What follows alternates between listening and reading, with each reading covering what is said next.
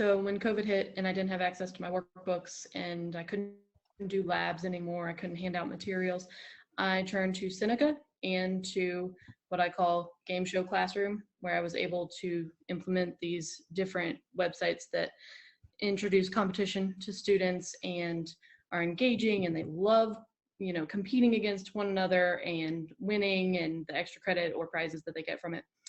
I polled them last week in a Google form, and these were the results. You can see that there's a clear winner there, and I'm going to talk about each one of those individually. Quizlet, a lot of people are familiar with this one, but may not know all of its features. A lot of students like to create flashcards, and I give them the terms that they need to create those flashcards. You can review as a class or review independently. The games are really fun. And these are some of the different aspects. It's a digital flashcard creator. It replaced the need for my students' binder in their glossaries, or glossary in their binder.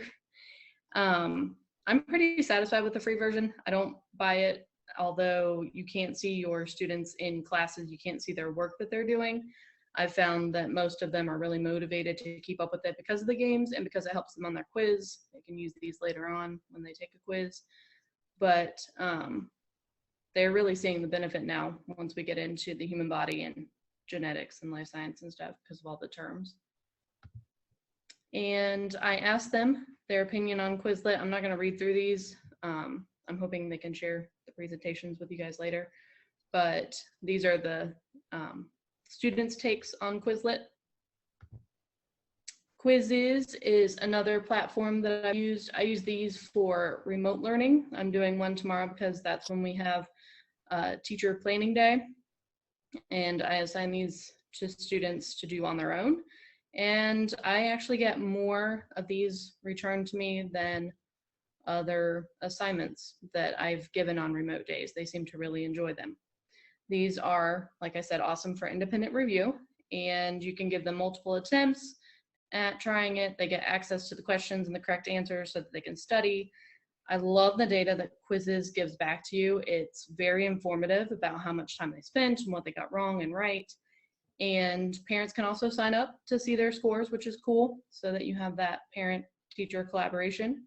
And the catch is that it can only stay live for 2 weeks. So once you assign something, they only have access to it for 2 weeks. I got more quotes from them on that. And GimKit is their favorite. They are obsessed with GimKit. Every day they come in, they're like, are we doing a GimKit today? Is today GimKit day? So the awesomeness behind GimKit is that they have multiple different games that you can choose from.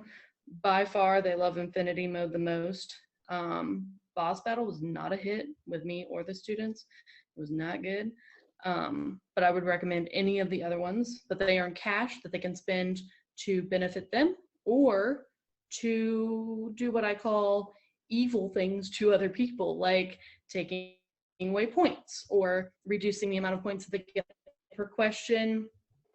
They can hide their screens from that person so that they can't answer questions temporarily, and then they come back into it, and so they're motivated to really speed up and get those questions answered.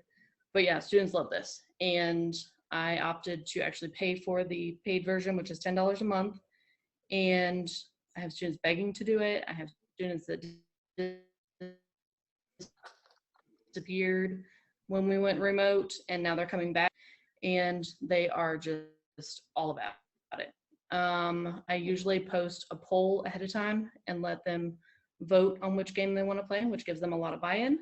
The catch is that I think their organization of their report section needs better work. It's not the best kind of data, and their free trial only lasts for 30 days, and then you're reduced to only 5 players at a time. This is what they said about GimKit.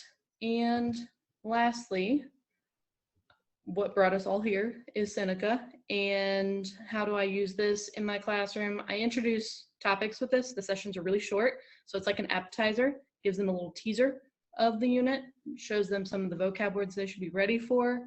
And I average the sessions together for their grade. So if I assign like 3 sessions, I average those together. I allow them to repeat any session and take their highest grade. And this is just my typical unit plan, how I've organized this during remote learning.